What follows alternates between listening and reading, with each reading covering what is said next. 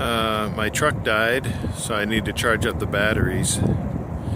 It's a completely RC remote controlled truck, so no, I'm just kidding. This would be the indication that I am at the Portage, Indiana Maverick facility, because they have so wisely put outlets everywhere to allow us to plug our trucks in to keep our so when we utilize either air conditioning or heat or electronics inside, we don't actually utilize the electricity from the batteries. We're using shore power, as it were, and allows us to maintain the heat or the air conditioning or power our electronics without having to utilize our battery power. So I'm now in the process of repeating myself.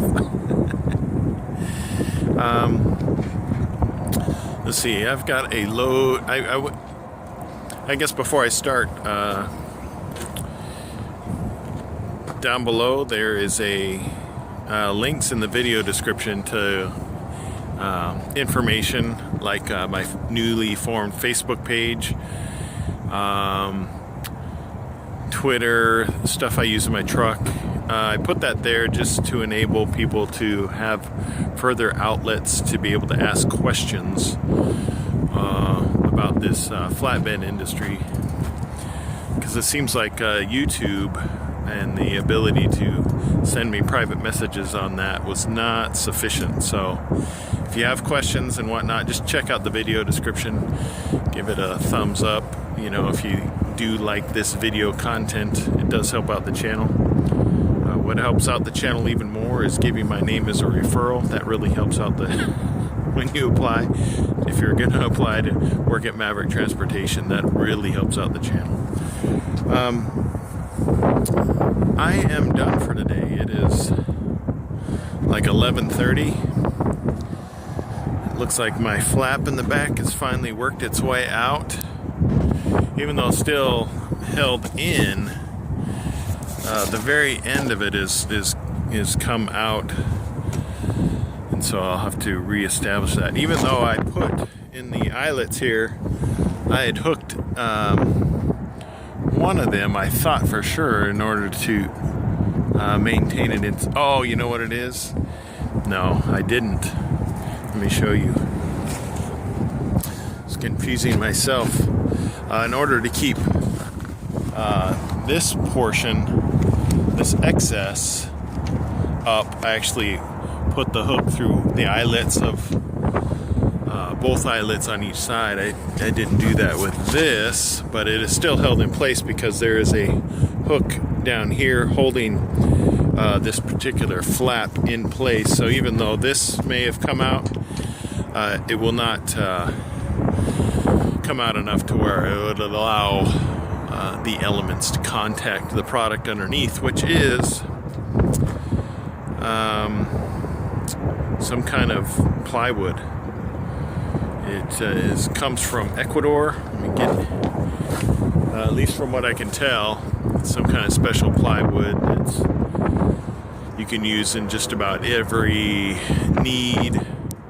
And it is manufactured in Ecuador. It's 40,000 pounds worth of lumber. You might be able to tell I use my plastic edge protectors up here while staring into the sun. That's so much fun. Let's go to the other side.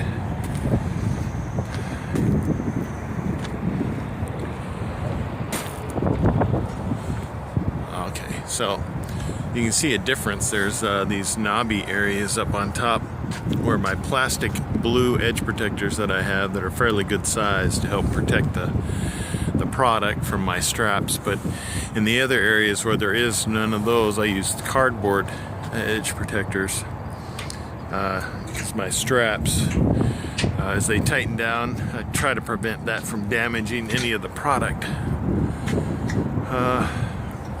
Oh, the main thing I wanted to talk about in this video was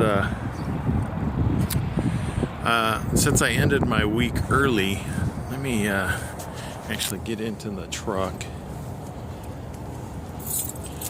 because I wanted to talk about mileage, but I can't remember how much I've actually done since Tuesday.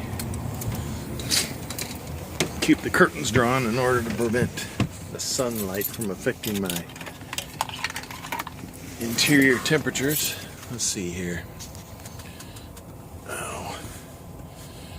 So it is Tuesday afternoon, and if it focuses,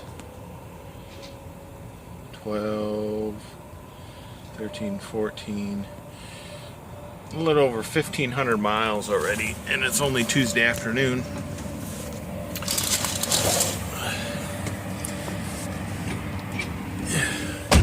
Yeah, I've never actually seen somebody open those doors before. This will be a first. So anybody looking to be a temperature control driver, this video is how you open doors. They may be actually working there. The mechanics here may be looking at something to repair, but I know I talk so much trash about temperature control, but that's okay. It's all about love. And I guess what the main point of today is to discuss, you can maximize your mileage and pay by driving as much as you can. I personally choose to leave as late as possible in order to utilize as much time with my family as possible. But if that is not your main concern, you could get, if you go home on weekends, if you're in a regional division, you get home every weekend. In order to maximize your miles for the week, it would be best to start out as early as possible on Sunday to maximize your mileage. Because I drove on Sunday 652 miles. Because my delivery was so far away in Pennsylvania, I had to leave that early on Sunday. Luckily, I was home on Thursday. Shh, don't tell anybody. Because I am so proficient in the things that I do. Instead of getting home Friday morning, I got home Thursday evening because things just clicked for me, and I was like, "Oh man, this is working out great." I ended up in the Maverick Yard in Madison, Illinois. By the time I think I had like 15 or 30 minutes left on my driving clock, and I was like, "Wow, today went great," because I got home on a Thursday.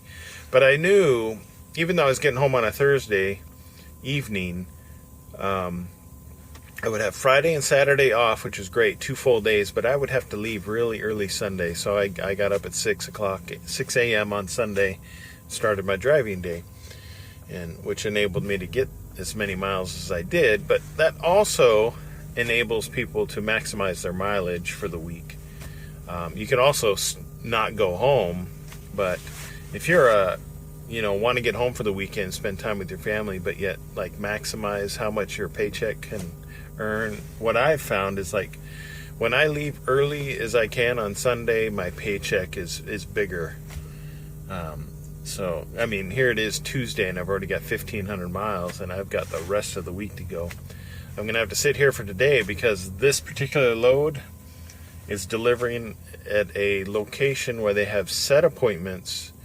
And I already inquired about getting it pushed up to today, but they confirmed with the receiver that, sorry, they're booked solid, and there are no slots available for me to deliver today. So I'll have to wait until tomorrow morning and deliver it, which, okay, I can live with that.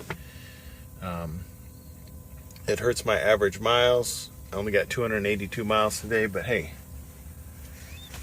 I can live with it. My average won't suffer.